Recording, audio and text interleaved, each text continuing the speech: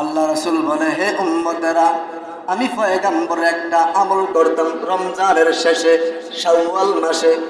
রমজানের শেষে শাওয়াল মাসে কি করতাম? একটা আমল করতাম, তোমরাও কইরো, দামি হয়ে যাবো।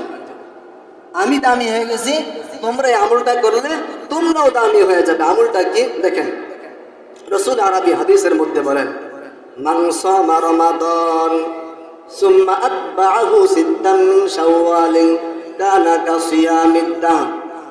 অতঃপর যখন তোমরা রমজানের রোজা রাখলা, রমজানের রোজা রাখার পর শাওয়াল মাস ঈদের পরের দিন থেকে চাইলে, ঈদের পরের দিন থেকে চাইলে তোমরা একসাথে করতে পারো, ভেঙ্গে ভেঙ্গে করতে পারো।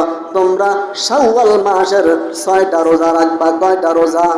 6টা রোজা। শাওয়াল মাসের কয়টা রোজা রাখবেন? 6টা রোজা রাখবেন। রমজানের রোজা চলে গেল, রমজানের 30টা রোজা রাখার পর কোনো বান্দা যদি শাওয়াল মাসের 6টা রোজা রাখে, এই 6টা রোজা আপনি একসাথেও রাখতে পারেন, আপনি ভেঙ্গে ভেঙ্গেও রাখতে পারেন। যদি আপনি এই আমলটা করেন, আল্লাহর রাসূল বলে পুরা বছর, সারা বছর নফল ইবাদত, নফল রোজা রাখলে যেই পরিমাণ সওয়াব, এই পরিমাণ সওয়াব বান্দার আমলনামার মধ্যে রব্বে কারীম লিপিবদ্ধ করে দিবেন। কি গুরুত্ব আছে না নাই? ফজিলত আছে না নাই?